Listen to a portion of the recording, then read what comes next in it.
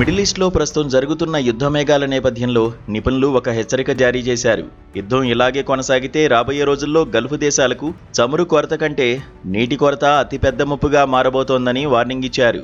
Gulf దేశాలు భౌగోళికంగా ఎడారి ప్రాంతాలు కావడంతో అక్కడ సహజ సిద్ధమైన మంచినీటి వనరులైన నదులు, చెరువులు దాదాపు ఉండవు. ఈ దేశాలు తమ తాగునీటి అవసరాలు తీర్చుకోవడానికి పూర్తిగా సముద్రపు నీటిని మంచినీరుగా మార్చే డీశాలినేషన్ ప్లాంట్ల మీదనే ఆధారపడుతున్నాయి.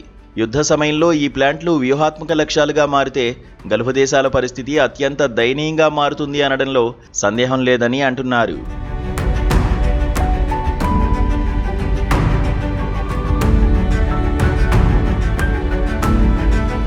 గల్ఫ్ దేశాలైన Saudi Arabia, UAE, Kuwait, Qatar వంటి దేశాలు తమ తాగునీటి అవసరాల్లో 80% నుండి 90% వరకు డీశాలినేషన్ ప్రక్రియ ద్వారానే పొందుతున్నాయి.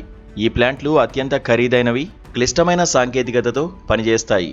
యుద్ధంలో భాగంగా శత్రు దేశాలు ఈ ప్లాంట్లపై క్షిపణి దాడులు చేసినా లేదా వాటి విద్యుత్ వ్యవస్థను దెబ్బతీసినా గంటల వ్యవధిలోనే ఆయా దేశాల్లో మంచినీటి సరఫరా నిలిచిపోతుంది. చమురు నిల్వలు ఉన్నప్పటికీ తాగడానికి నీరు లేకపోతే జనజీవనం పూర్తిగా స్తంభించిపోతుంది. నిల్వ ఉంచిన నీరు కేవలం కొన్ని రోజులకు మాత్రమే సరిపోతుంది. ఆ తర్వాత ప్రజలు చుక్క తాగునీటి కోసం అలమటించాల్సిన పరిస్థితి ఏర్పడుతుంది. కేవలం భౌతిక దాడులే కాకుండా సముద్రపు నీటిలో చమురు ఒలికించడం ద్వారా కూడా ఈ ప్లాంట్లను పనికిరాకుండా చేయవచ్చు. యుద్ధ సమయంలో చమురు ట్యాంకర్లు పేలిపోవడం, ఉద్దేశపూర్వకంగా సముద్రంలోకి వ్యర్థాలను వదలడం వల్ల డీశాలినేషన్ ప్లాంట్ల ఫిల్టర్లు పాడైపోతాయి. దీనివల్ల నీటి శుద్ధి ప్రక్రియ ఆగిపోతుంది.